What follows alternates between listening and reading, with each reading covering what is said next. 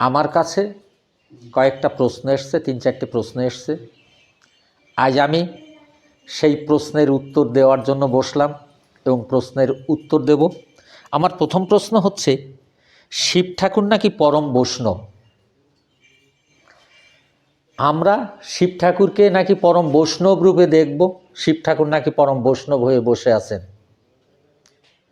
আগে জানতে হবে এই শিব ঠাকুর কে, শিব ঠাকুর কি, কেন আমরা শিব ঠাকুরকে ডাকব, কেন আমরা শিব ঠাকুরের প্রার্থনা করব, কেন আমরা শিব ঠাকুরের উপরে গুরুত্ব দেব, এবং সত্যি কি শিব ঠাকুর পরম বৈষ্ণব।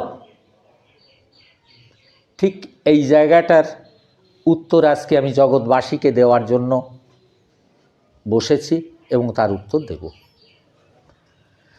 প্রথমে জানতে হবে শিব ঠাকুর কে। শিব ঠাকুর হলেন স-ই-ব, শৈব,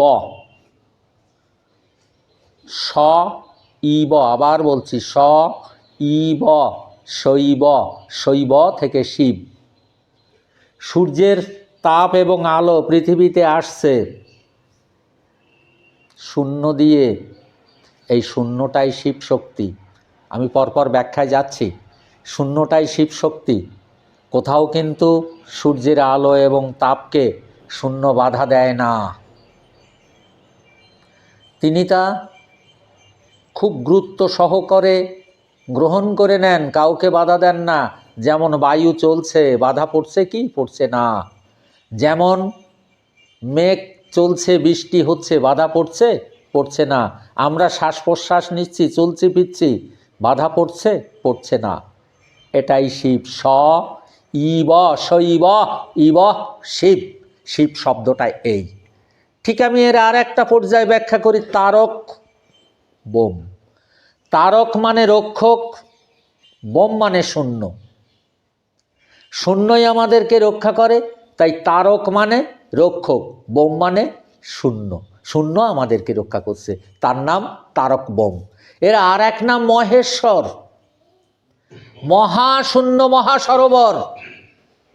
ইনি হলেন মহেশ্বর। প্রসঙ্গত বলতে গেলে শিব বৈষ্ণব হবেন কেন? কেন? এই মহাশূন্যে সবাই আশ্রয় নিয়ে বসে আছি। জগতে যিনি আসেন তিনি শূন্য ছাড়া চলতে পারেন? সূর্যের আলো পৃথিবীতে আসছে, শূন্য ছাড়া আসছে?